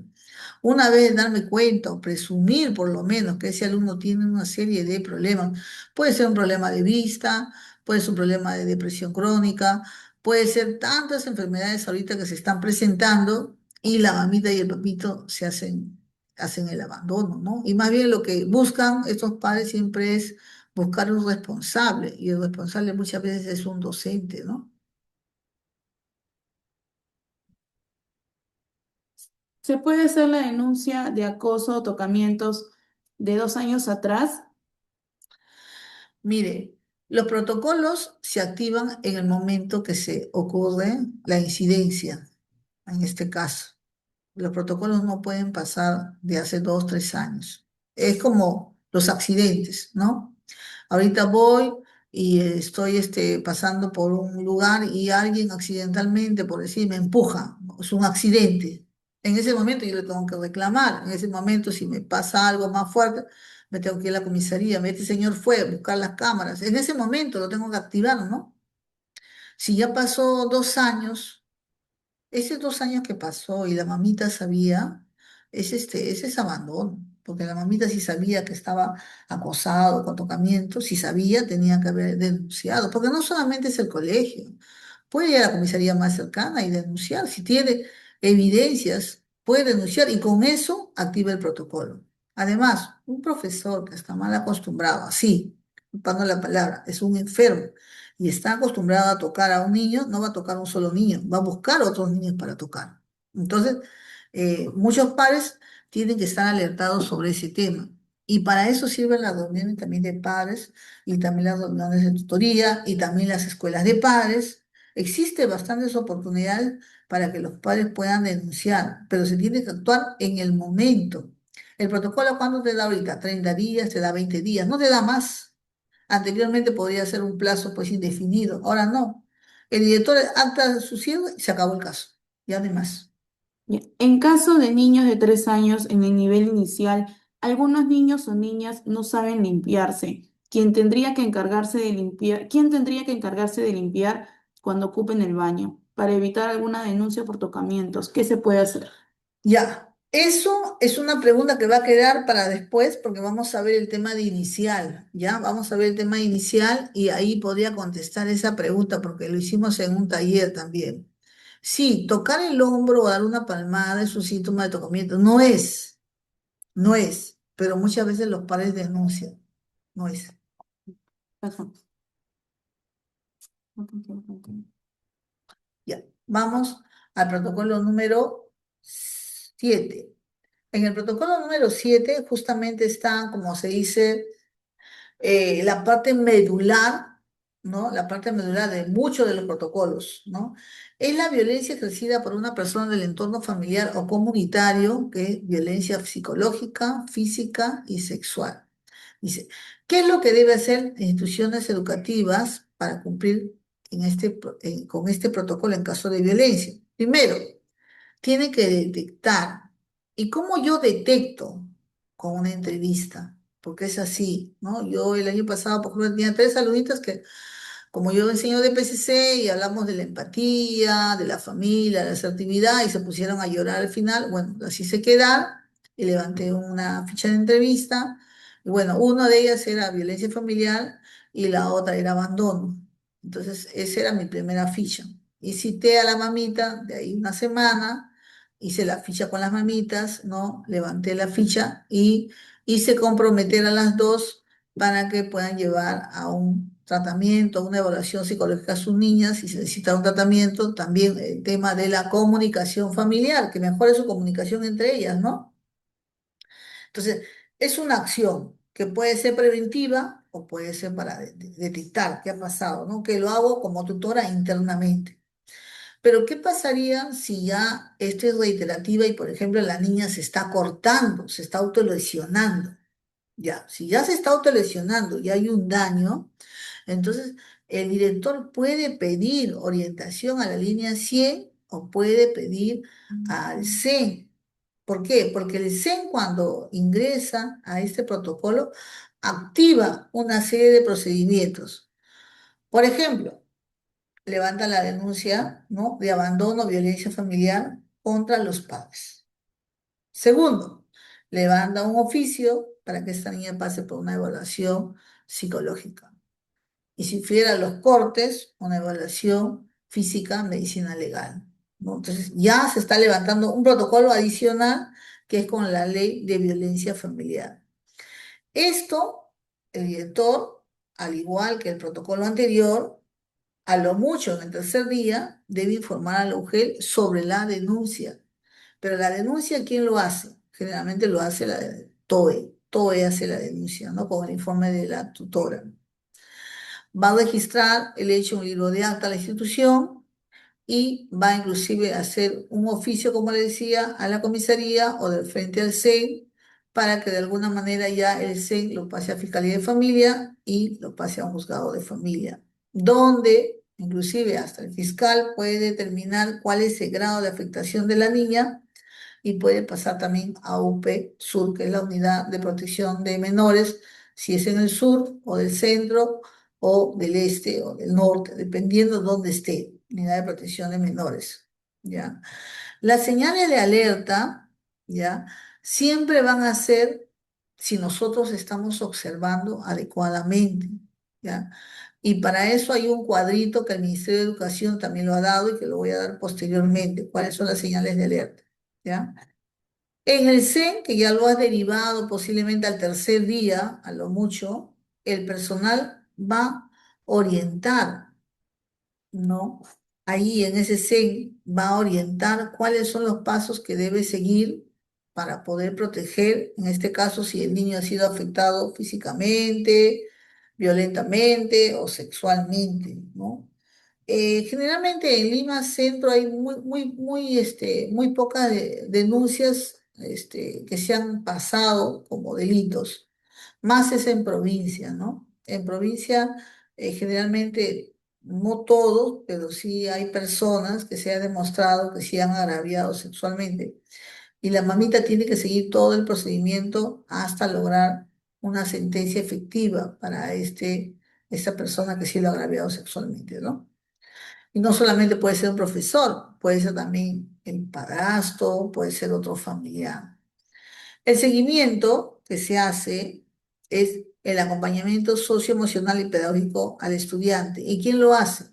A través de TOE se impulsan los temas de protección ante violencia o de prevención, violencia sexual, y cumple con una serie de actividades que se dan dentro de los 30 días. Estos protocolos también se dan dentro de los 30 días. Y tienen que favorecer la permanencia del estudiante. No podemos decir que el estudiante fue agraviado y el estudiante ya no viene. No, el estudiante tiene que venir, tiene que seguir viniendo. Siempre coordinar con el padre, la madre o el apoderado para ver qué instituciones están haciéndose cargo del caso. ¿Ya? Al final el cierre, que es 30 días también, es el director el que informa todo lo que se ha hecho en el CEI o ha dado parte de la comisaría o hay documentos, evidencias que ya se cerró el caso. ¿Quién sigue el caso? Es la mamita, porque la mamita, según el Código de Unidad Adolescente, es el representante del menor, por tanto lo va a llevar. Pero si la mamita fuera la agresora, ¿quién tendría que llevarlo? Un familiar que no es agresor, ¿ya? Ahora, acá vamos al tema de educación inicial que me estaban reclamando. ¿Qué va a pasar? Hay una ruta especial, ¿no? Frente a las conductas sexuales en niños de nivel inicial, la ley 30364, que tiene que ver con la ley de violencia familiar. Dice, primero que nada ahí tiene que haber una detección temprana en los niños de inicial. Estamos hablando de niños de inicial, ¿ah? Observación sistemática entre los pares. Entre los pares, es decir, entre los alumnos, ¿no? Un niño señala, ¿no? Que constantemente sangra, ¿no? Por sus, se podría decir, órganos sexuales, ¿no? O un niño que viene con marcas de mordidas, señales que van a identificar una situación violenta, ¿no?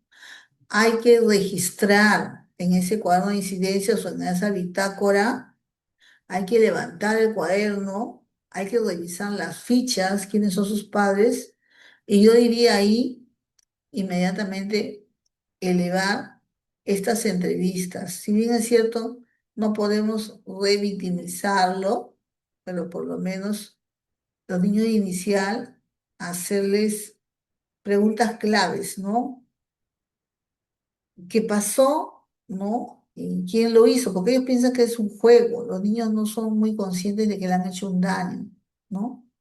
Y de hecho informar a la coordinadora de tutoría y a la dirección. Eso es lo que indica. ¿Qué tipos yo debo de denunciar? Porque sí debo denunciar, es conductas sexuales. Inmediatamente el tutor, como decía, debe reunirse con la madre de familia o quien no tenga al niño y es el director que va a hacer las acciones de protección enviando los oficios a la Fiscalía de Familia, a la Fiscalía Penal y al CEN para proteger a este menor. ¿Quién es el responsable?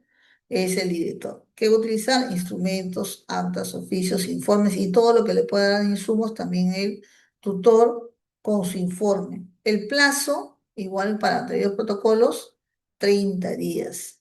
Ahora, conversando con algunos docentes y también justamente con todo un colegio que hemos hecho un taller, decíamos, ¿qué va a pasar con estos niños de 3, 4, a veces que vienen con pañal? Porque es así, ¿no? Y que no se saben limpiar. Pues ellos tienen que levantar un protocolo, es decir, un procedimiento de cuál es la persona que se va a encargar de la higiene. Y generalmente siempre, así le digo, el auxiliar. Entonces, en la reunión de padres de familia, ellos tienen que hacer ver, ¿no? Que la que se hace responsable del aseo, de verificar que los niños se limpien bien, es la auxiliar. Y por lo tanto, hacer un acta que se está informando y que los padres están aceptando ese hecho. Porque eso va a ser la única evidencia de que ahí no hay tocamientos indebidos. Lo que hay ahí es un tema de higiene. Así es. Y si es un niño especial que también tiene problemas de salud, en la cual no controla sus esfínteres, no controla, pues no. Entonces la mamita tiene que hacer llegar su diagnóstico o tratamiento que tiene ese niño y autorizar justamente que el auxiliar le pueda cambiar el pañal o lo pueda limpiar, que también hay casos, ¿no? Para eso hay un protocolo interno que lo tienen que hacer educación inicial para ese caso de atención en el aseo.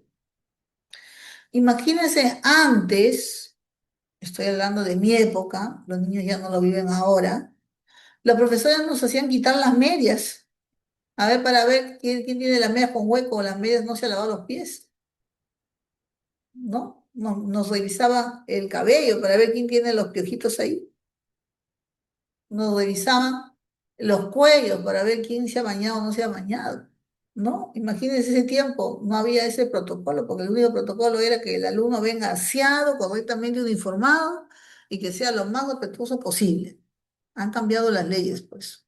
Pero eso no quiere decir que nosotros vamos a dejarlo todo al azar. Nosotros también tenemos, acá hay 7 protocolos, pero estos 7 protocolos ustedes mismos también en sus áreas, en sus colegios, en sus reglamentos internos, tienen que insertar ciertas acciones que les haga ver a los padres que no se está afectando a los niños y estudiantes, sino que es parte de la actividad, depende de control de aseo, de control interno.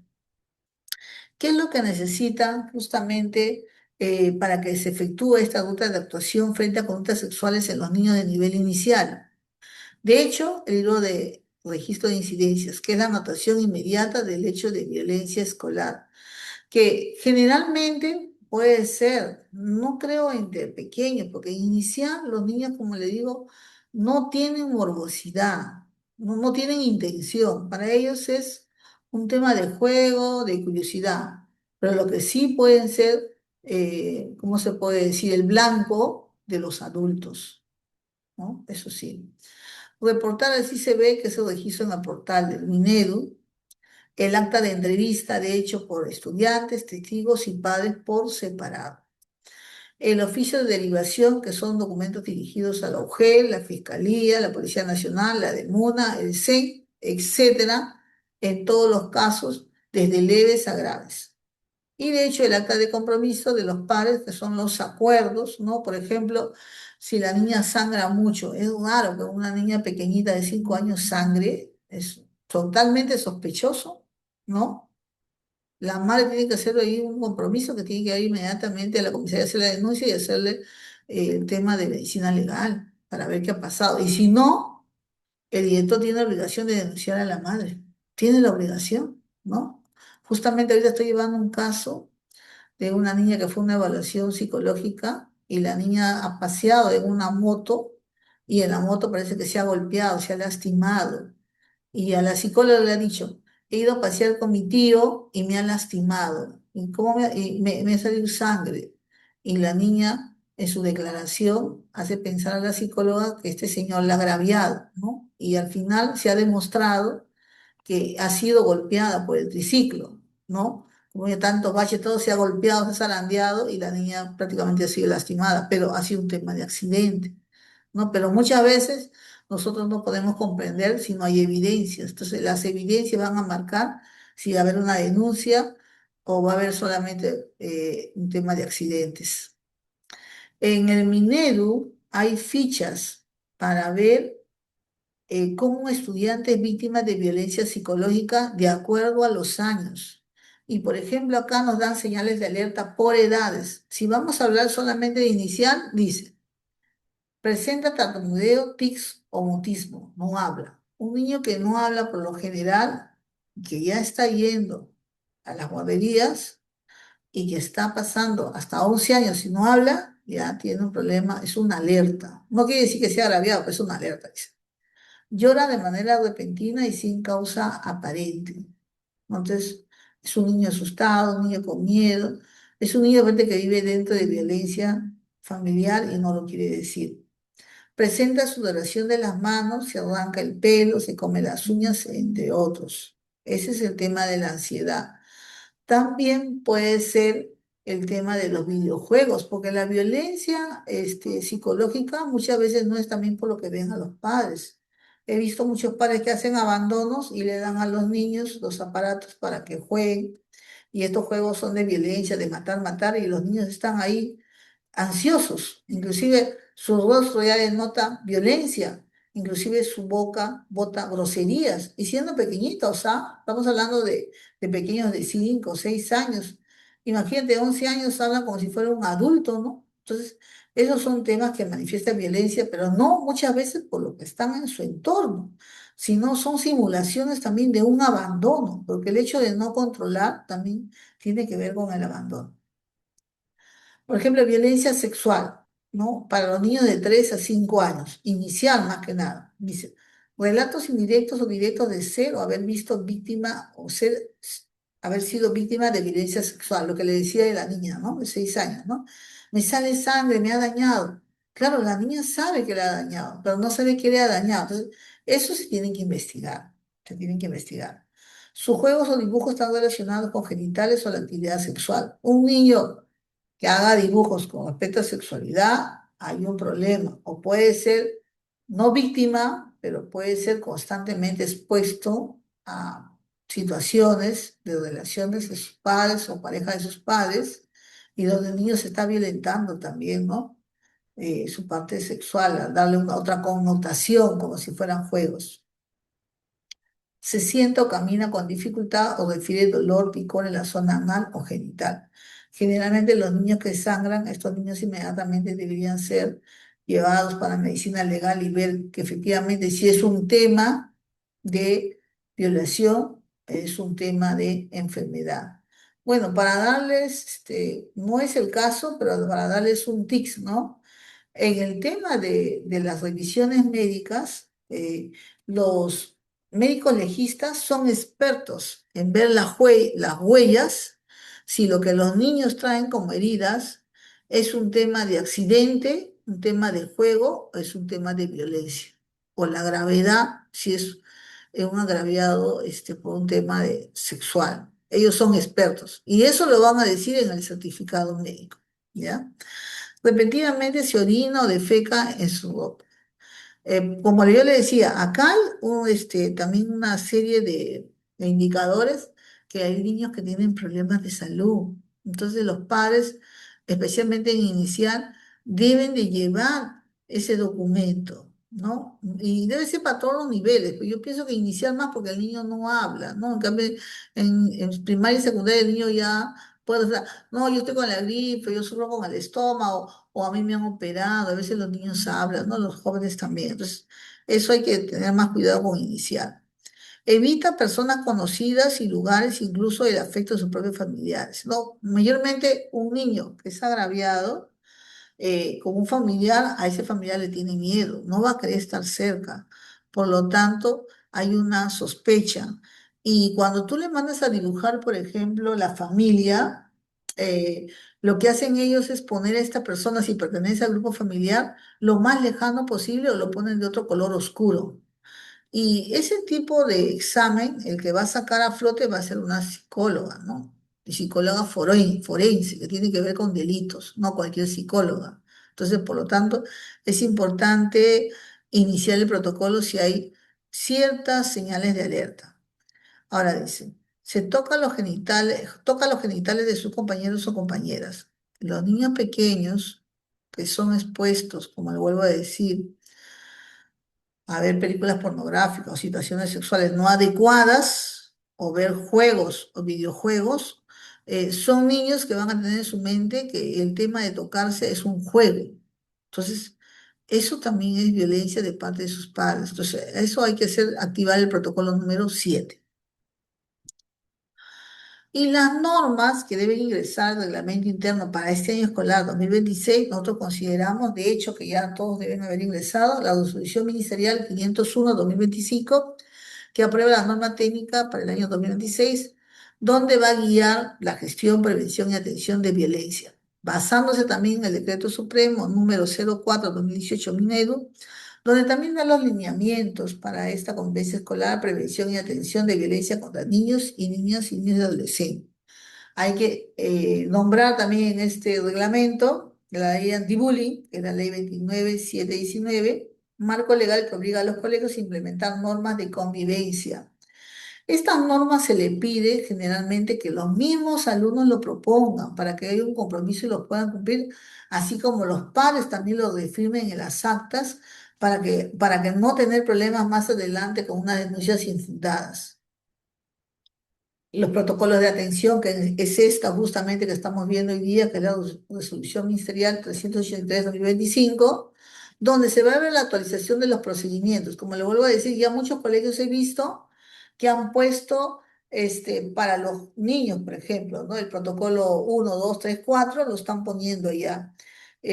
Acciones que son leves, acciones moderadas y acciones graves. Entonces, pero eso lo tienen que diagnosticar cada colegio según su problemática, según el lugar donde esté, ¿no? Y le están poniendo también los tipos de sanciones, así como el procedimiento, el protocolo que se va a instaurar. Por ejemplo, tenemos alumnos que son venezolanos y son groseros de por sí, porque es así, ¿no? De groseros. Entonces, lo primero que se va a hacer, están señalando los docentes, es levantar la ficha, ¿no? Cada profesor que le enseñe para con el alumno reflexionar, porque primero yo creo que es reflexionar, ¿no? Que se va a activar protocolos y que él tiene que moderarse, ¿no? Lo segundo sería hablar con la mamita para que con él se ponga de acuerdo que este año ya pues tenga que moderarse, ¿no? Es difícil, pero poco a poco entre todos podemos hacer que los protocolos se cumplan. Otro de lo que debe ingresar a este reglamento interno es la ley 30364, conocida como la ley para prevenir, sancionar, erradicar la violencia contra las mujeres integrantes del grupo familiar. Este protocolo prácticamente pareciera que solamente sería para el protocolo 7, no, nos va a servir para todos los protocolos. ¿Por qué? Con el protocolo 1, 2, 3 y 4 es donde son las agresiones estudiantes contra estudiantes, el responsable es el padre, pues. Y generalmente un alumno que es abandonado o que es violentado sexualmente o violentado en su familia va a ser también un agresor en el colegio. Esta ley tiene un reglamento, que es el decreto 09/2016, donde se establecen los procesos de cómo se hacen las denuncias, inclusive cómo se hacen las fichas de valoración, e inclusive cómo se hacen las medidas de protección. Es decir, que el padre agresor o la madre agresora pueda retirarse del domicilio. Quisiera saber si tienen preguntas mediante el chat acerca del protocolo número 7, ¿no? En base a ese número 7 les voy a escuchar y voy a contestar sus preguntas. Patricia, para que puedan. Ahí, no es 7. Bueno, vamos a esperar las preguntas.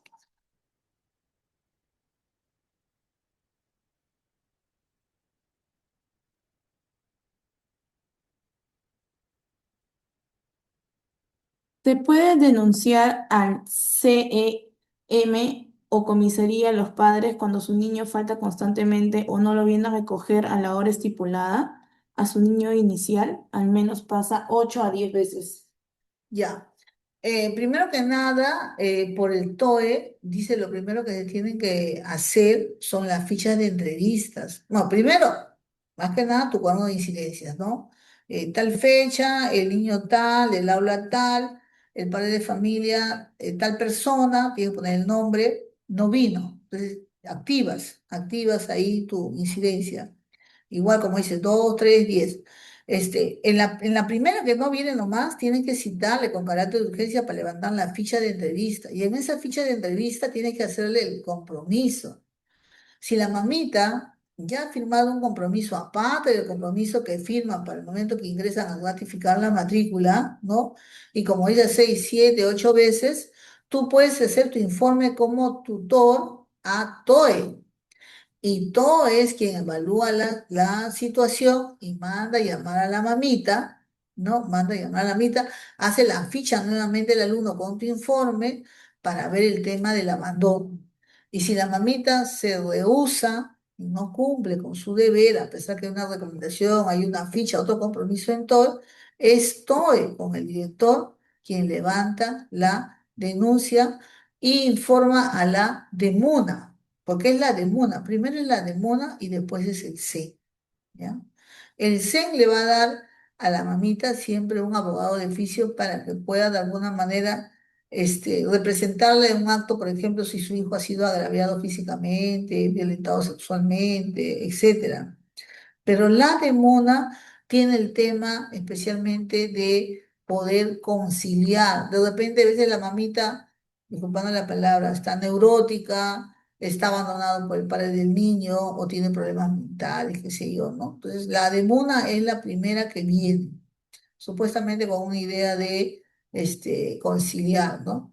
Ahora, si el niño tiene problemas ya de enfermedad, ¿no? Tiene ya problemas de enfermedad el niño y tú ves que el niño no es tratado en su enfermedad, es abandonado. Por ejemplo, un niño que padece, vamos a poner el caso de miopía y el niño no ve y no tiene, en ese caso, siempre TOE está informando a la DEMONA. Y si la mitad no obedece, ya coordina con el CEN, porque el CEN va a dar un tema de un abogado de oficio. Y el abogado de oficio, inclusive, puede denunciar ante fiscalía y fiscalía puede denunciar a intervención de UPESUR. ¿Y qué pasa con ese niño? Se llevan al niño.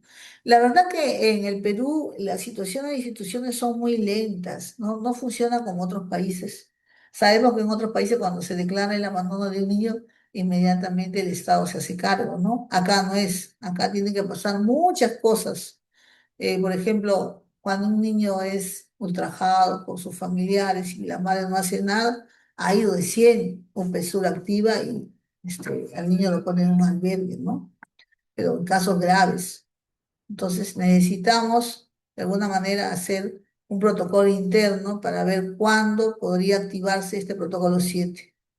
¿Desde qué edad se considera bullying? ¿Desde qué edad se considera bullying?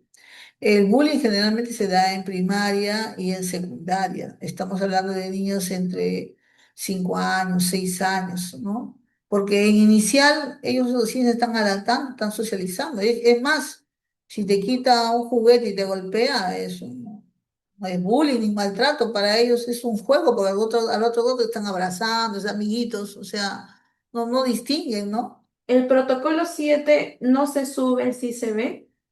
En el protocolo 7 se sube si se ve, sí se sube si se ve. Si un estudiante llega llorando e indica que un familiar le tocó contra su voluntad, ¿eleva un informe de manera inmediata o cuál sería el procedimiento correcto? Mira, para poder tener evidencias claras, lo que yo recomiendo siempre es levantar tu cuaderno de evidencias y señalar, tal niño vino y dijo textualmente, lo que dijo el niño textualmente. No le preguntes más lo que dijo textualmente. Llamar, hacer tu informe a TOE de lo que dijo el niño con tu registro de incidencias. Si tienes auxiliar, firmar al auxiliar que también está presente, ¿no? Como testigo referencial. Y es TOE quien llama a la mamita, ¿no? Y el TOE informa a la dirección y es el director quien, con la declaración de la mamá, que puede decir que ha sido un familiar, no sé, su pareja, un hermano mayor, un vecino, quien haya estado ahí, pueda hacer el director las denuncias respectivas, el oficio de intervención, ¿no? A la Policía Nacional, a la Fiscalía, pero cualquier acto que pueda dañar, siempre los directores para poder, ¿cómo se dice?, cortar los plazos, le dicen, ya, usted puede ir a la comisaría y denunciar, ¿no? ¿Por qué? Porque un oficio hasta que llegue a la comisaría, disculpando la palabra, es un saludo, ¿no? Lo dejan ahí hasta que pase al otro área, y pasan meses y a veces no hay nada. Entonces, lo más efectivo es, para mí, acompañar a la mamita a la comisaría y poner la denuncia, ¿no? Si ella sabe quién es, ¿no? No hay más preguntas. Ya, no habiendo más preguntas, vamos a terminar. Gracias por su participación. La verdad que quisiera tener mayor información, pero yo sé que con los casos vamos a poder avanzar y va a haber un tiempo de poder trabajar y ver, ¿no? qué otros temas podemos acoplar a estos últimos, porque esto de acá veíamos justamente con procedimientos administrativos, ¿no? Hay una última pregunta. Dime, Dice, ¿y si la directora no quiere denunciar por no hacerse problema, yo puedo denunciar a la directora por omisión de funciones? ¿en qué caso sería? ¿En qué caso sería docente Susi? ¿En A qué ver qué caso nos sería? contesta.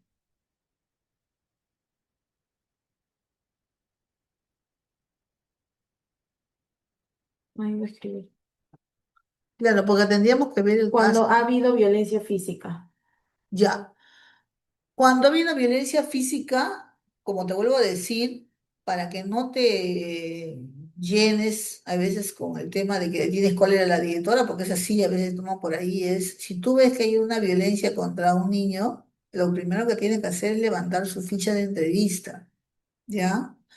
Y dependiendo de quién es la violencia, pues si es de la madre, ¿ya? Entonces, con la firma del auxiliar, que también esté como testigo, ¿no? Cualquier adulto, así te digo, cualquier adulto por el tema del Código Niño Adolescente puede ir a la comisaría y hacer la denuncia. En alguna oportunidad, por ejemplo, en Huaycán me pasó que vino una alumna lleno de moretones en su cuerpo. La verdad que me dio tanta lástima y la madrastra le había golpeado fuertemente por todo. Y yo hice la denuncia con la niña, fui con la denuncia, ella denunció a su madrastra, nos dio el oficio para medicina legal, la llevé, porque fue de inmediato, la llevé, subió el efectivo policial, lograron traer a la madrastra, tomaron la declaración y todo, y sí se probó que era violencia familiar. De ahí ya no me citaron porque yo solamente hice la denuncia y ya no me compete a mí, ya lo demás ha sabido el director, ¿no? Entonces parece, a nosotros a veces nos hacemos trabas con los protocolos, pero el Código Niño y Adolescente dice, todos los adultos tenemos la obligación de proteger a los menores y adolescentes. Más si somos tutores, podemos hacerlo, pero la evidencia tiene que ser clara. No basta que te dijo, tienes que ver la evidencia, ¿no? Como te dije en esa vez, yo vi los moretones por todos lados y la verdad que me dio mucha lástima la pequeña. Entonces, hay preguntas y también pueden dejar sus preguntas, ¿no? Por el Por el chat por el chat y le vamos a contestar. del WhatsApp del número de la Corporación Jurídica Rosa Quispe. Las personas que de repente no han formulado todavía su pregunta o tienen alguna pregunta pendiente, nos lo pueden hacer por ahí y vamos a estar contestándole por ese medio. Sí, La pues, doctora especialista va a estar contestándoles. Otro punto, hay muchas personas que se han inscrito, que se han enviado sus nombres completos, sin embargo, otras no. Entonces, lo que falta es enviar su nombre completo. Envíenme su nombre completo y a todos, por favor, enviar su correo electrónico, porque ahí se le va a enviar toda la PPT que acabamos de ver, la clase, todo el contenido se le va a estar enviando al correo electrónico, se le va a estar enviando el certificado que pueden ver aquí en pantalla y se le va a estar enviando la documentación, que es la 383 y el procedimiento de proceso administrativo, la Y 120. también vamos a estar subiendo, vamos a estar enviándoles el link de la clase grabada para que puedan verlo, analizarlo o Y mejorarlo, ¿no? de Porque repente todos estos talleres en cada capacitación se va mejor. mejorando, ¿no? Y más con los casos que nos dan ustedes, se va haciendo más insumos. Y como les vuelvo a repetir, son 7 protocolos, pero cada colegio, según su reglamento interno, va a determinar también qué protocolos son aquellos que son necesarios para su colegio y en qué momento se van a activar. Eso sería todo. Buenas Eso noches. sería todo. Buenas noches. Quedaría pendiente sus nombres completos y su correo electrónico, por favor, al número de WhatsApp. Gracias, muy amable, buenas Gracias. noches. Buenas Y noches. bueno, para invitarles también voy a aprovechar que mañana es el Día de la Mujer y también pertenezco a otros grupos de capacitación en otros temas. Voy a mandar también un link, ¿no? Para mañana a las 8 de la noche, 8 a las 8 de la noche igual, para que puedan participar libremente, ¿no? Y puedan invitar también a otras personas. Sí. Los temas más que nada son de importancia para las mujeres. Están invitadas las mujeres también todos, gratuitamente, de hecho. Claro, Gracias, muy amable, gracias. feliz día a Sí, todas las mujeres del grupo. Sí, feliz día a todas, gracias. Muchas gracias. Buenas noches.